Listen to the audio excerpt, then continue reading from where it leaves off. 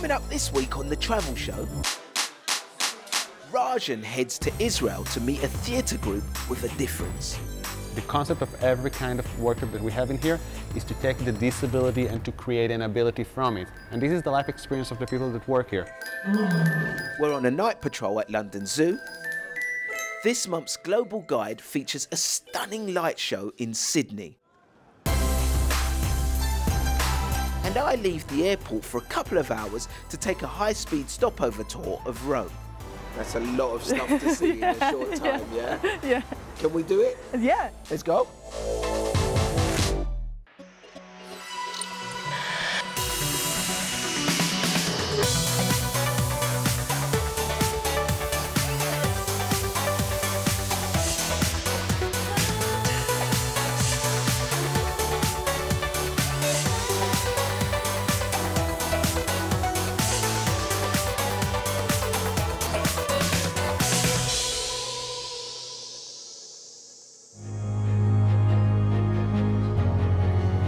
We kick off this week with a truly unique theatrical phenomenon. One where the actors overcome pretty well the toughest hurdles you can imagine and yet produce triumphant performances. Based in Israel, Nalagat, which means please touch in Hebrew, is the world's only professional deaf-blind acting ensemble. And Rajan has headed to Jaffa, an hour's drive from Jerusalem, to go meet this groundbreaking group.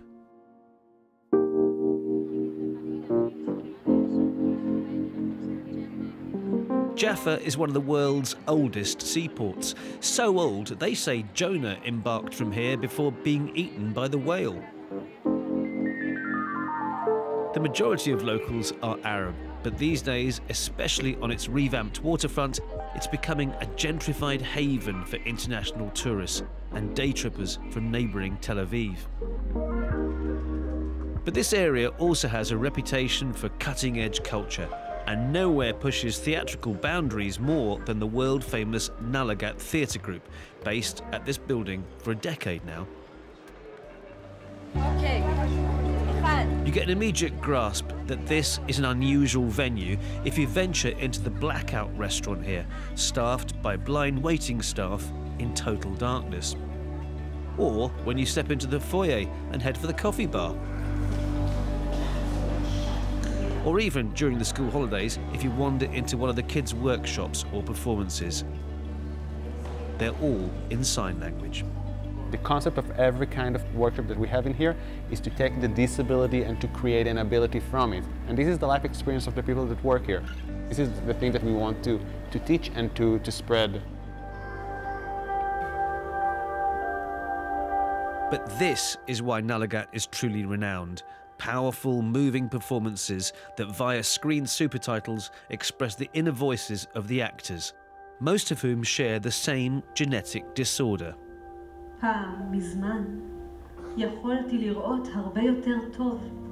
Usher syndrome means you are deaf from birth and then gradually lose your sight before adulthood. The shows are meticulously organised, with each actor needing their own special cues. Drum beats often provide punctuation as the actors can feel the vibrations on stage.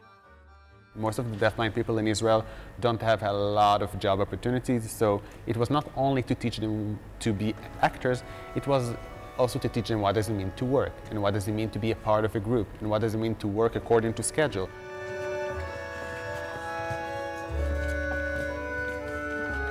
So I'm now on my way to interview Bath Shaver, who is essentially the star of this theatre company. She was in its famous production, Not My Bread Alone, and now she's got her own one-woman show, Say Orange.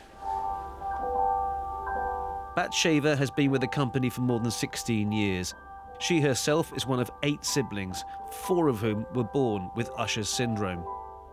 I was really confused to be an actor. And then when I got to know the actors in the group, we stayed together. And overcoming audience preconceptions is one of Bat Shaver's biggest challenges. they're not understanding how we can communicate by touch. Second thing, how I'm sorting things in my life, I'm dealing with my life. The production Not by Bread Alone has become their most successful, touring the world to huge acclaim. The show, it's about the dreams of each of the actors in this. The right to be equal. Batsheva has 3 sons through her first marriage and is now a grandmother. She's proud of how she sensed when her kids were crying or hungry and how they learnt sign and tactile language to communicate with her. Okay, I choose to be strong. I didn't want to think that I'm weak and I can't do this and that. Part of what really helped me to be like this is Nalagat theater. I love you. We love you. Overcoming disability issues isn't the only objective of Nalagat. In a predominantly Arab area, there's a need to break down ethnic barriers too. Ala first came to work in the Blackout restaurant 8 years ago, and now she runs workshops and acts. She says the workplace is mixed, but I'm here a lot of years, and I've never seen a lot of Arab people here. I want them to come more and to experience the Nalagat Center, and I want them to be involved. we can obviously never totally inhabit the mind of someone who is deaf-blind. But theatre like this, stretched to its limits, provides us with an insight into the thoughts and feelings of a group of people who in previous times would have been unable to communicate with the wider world. But it's more than that. It's quite simply very good drama in its own right.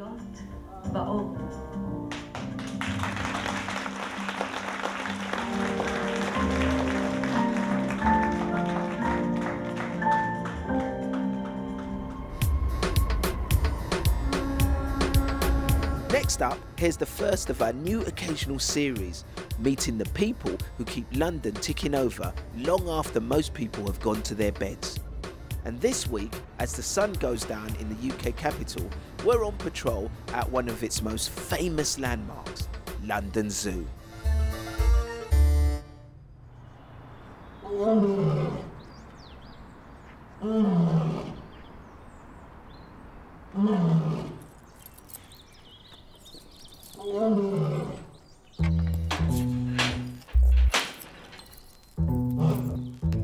I love the sound that the male lion made just then. He only ever does it at night, and it kind of signals the beginning of my night shift. He will make it to assert his masculinity, to let everybody know in the vicinity that he's the male here. I mean, he doesn't know that there aren't any other male lions in London, but he does it anyway, and I love it, and it just starts the night off beautifully. My name is Lucy Hawley, and I'm a senior aquarist at ZSL London Zoo. By day, I work in the aquarium, and by night, I'm lucky enough to be one of the few keepers that actually lives on site. So with that comes with certain duties, obviously, making sure that all the animals are all tucked up well and ready for bed. I really love being around the zoo when all the visitors have gone. It's so quiet, it's kind of like you've got your own personal zoo, and you walk around and sometimes some of the animals are a bit more active than they might have been when there's crowds of public around them. One of the things I love most about my job is that I never know what's going to happen. All of a sudden I might get an alarm go off, I might get a phone call saying, this animal's sick, we need you to check on it. But I love that because it kind of keeps things exciting and helps to keep me awake. Yeah? Who's pretty? You're the pretty one.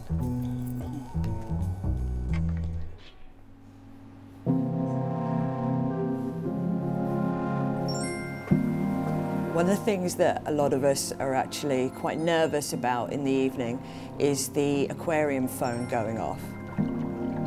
Aquarium systems are actually really quite complicated, so if anything stops working for whatever reason, or if a temperature goes too high or too low, it sounds an alarm at this phone. So a lot of us have kind of got quite nervous about, oh my God, the aquarium phone's going off. Oh no, what does that mean? What does that mean?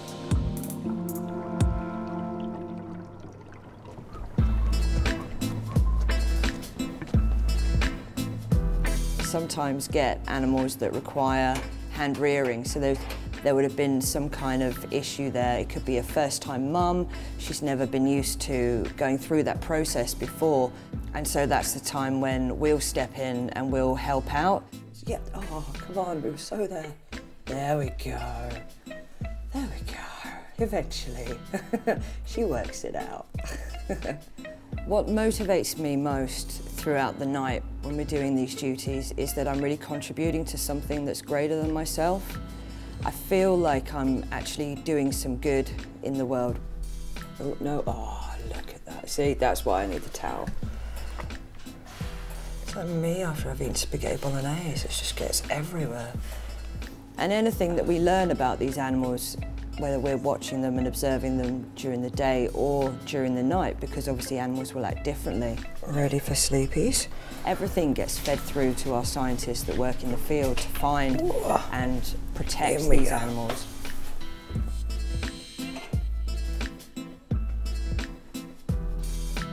Nice little teddy. Night night, Beanie. See you in the morning.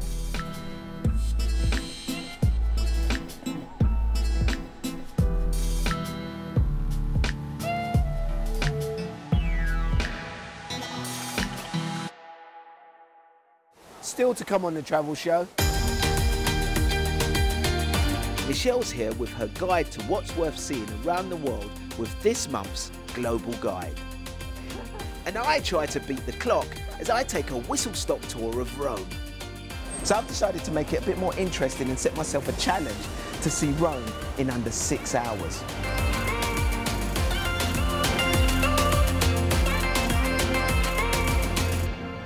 The Travel Show, your essential guide wherever you're heading.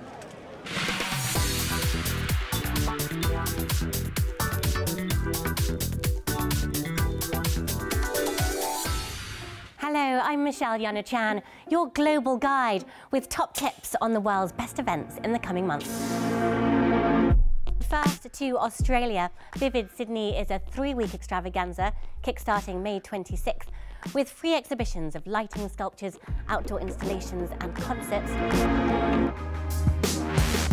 Store up some sleep credit before the 72 hours of daylight which backdrops Iceland's Midnight Sun music festival called Secret Solstice. It's in the capital Reykjavik from June 15th to 18th, but there are also events outside town such as the Into the Glacier with the Ministry of Sound the host inside Europe's second largest glacier. There's also the Midnight Sun boat party in the harbour and a concert inside a lava tunnel. Be part of the action in Sweden on May 28th. The Örtila Swim Run is a combination of, you guessed it, swims and runs. Teams will take on 39 kilometres of trail running with 5.5 kilometres of open water swimming around the islands of Ota, Rana and Arla in the stunning Stockholm archipelago. There's a different kind of speed at the Indianapolis 500-mile race, or Indy 500 in the US. Hundreds of thousands of spectators converge at the track to watch the drivers do 200 laps, or a distance of 500 miles. In the Netherlands, the Ural Theatre Festival begins on June 9th on the island of Terschelling in the northwest of the country. There'll be 10 days of street theatre, mime, circus and dance among the island's natural landscapes. From June 23rd through August 27th, the Arena di Verona in this northern Italian city will be hosting the International Opera Festival. This year there'll be Aida, Nabucco, Rigoletto, Madame Butterfly and a gala with Placido Domingo and another for the Ninth Symphony by Beethoven. Staying in Italy, there's also the Sounds of the Dolomites up in the Trentino region from July 7th to August 31st. This is a fabulous combination of a trek along the mountain trails of this region and at the summit, a concert. Musicians carry their instruments on their shoulders before sitting down on the grass to play. Dive into the new Museo Atlantico in Lanzarote, which has become Europe's first underwater museum. Located in the Bahia de las Coloradas off the south coast of the island and 14 meters below the surface, there are hundreds of artworks. All materials are environmentally friendly. And on the Spanish mainland from June 2nd to 4th, a 12th century monastery will be taken over by the UVA Festival of Music and Arts in Ronda, Andalusia. It's a celebration of eclectic music and visual arts up on the cliffs. At the Descalzos Viejos, UVA will be welcoming artists such as Antal, San Proper and Donna Leak. Back in the US, the North American Sand Soccer Tournament takes over the weekend June 9th, 11th on Virginia Beach. More than 10,000 players will be on the oceanfront. At the end of the day, everyone jumps into the surf to cool off. And the EDC Las Vegas, or Electric Daisy Carnival, takes place the following weekend, June 16th to 18th, one of the biggest electronic dance music festivals in the world. Hundreds of thousands attend, migrating between the Cosmic Meadow, the Neon Garden and the Quantum Valley stages. Well, that's my global guide this month. Let me know what's happening in the place where you live or where you love. We're on email and across social media. Until next time, happy travelling.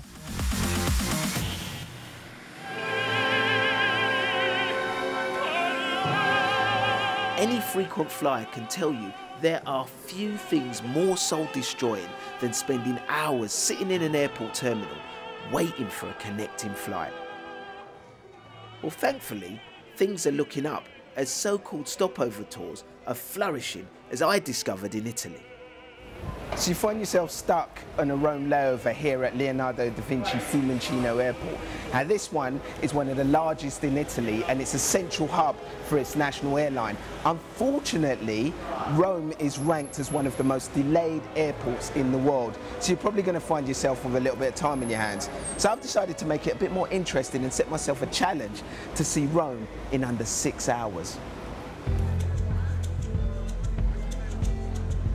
There are a number of stopover tours available here, and it's big business because Italy's largest airport is busy and around 40 million passengers a year pass through it, usually on their way to somewhere else.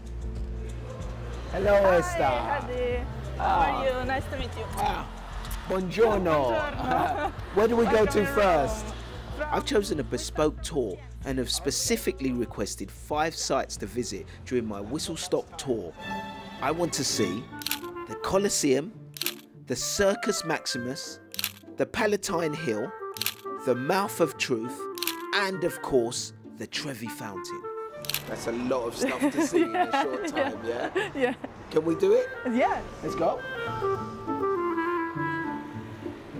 The tours are mainly on foot and then could be part on the bus. There's a technique. Wow. Sorry, pull myself up. There's a lot of ground to cover and quite a bit to take in. That's impressive. Plus, you're really relying on the buses and trams turning up on time. It's actually quite a pacey tour, non-stop.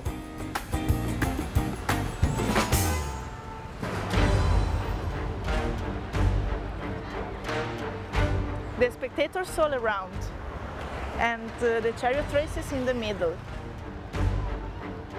My first proper stop here is to go and see the Circus Maximus. Older than the Colosseum and with a capacity of hundreds of thousands of people, it was at the heart of Rome's lavish and brutal public entertainment, the gladiators to you and me. The chariots must complete 7 turns, 7 laps around the central spine. This was the place for the spectators, the excavations over there. The spectators sat all around. And resting just above the site is the Palatine Hill, which is one of the most ancient parts of the city.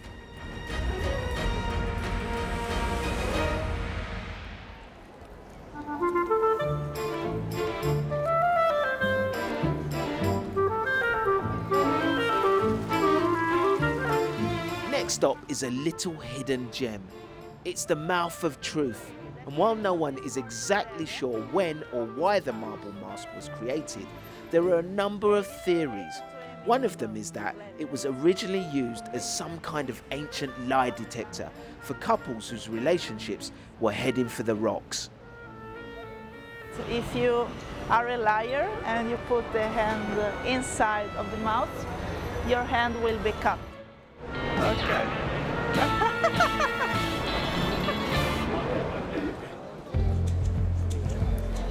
Stopover tours can cost anything from 50 to 200 euros, and it's a great way to see a city if you're pushed for time.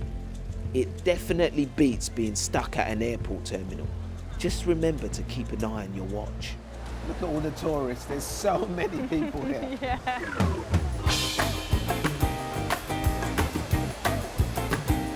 Every time I see the Trevi Fountain, it always takes my breath away because it's so beautiful. And I'd say this is definitely one of the most must-see monuments in Rome. One of the downsides of a tour like this is that there's no real time to stop and really enjoy the sights because of the tight schedule. But they give you a great taster of what's on offer. And who knows, maybe one day I'll be back to explore Rome at a more leisurely pace.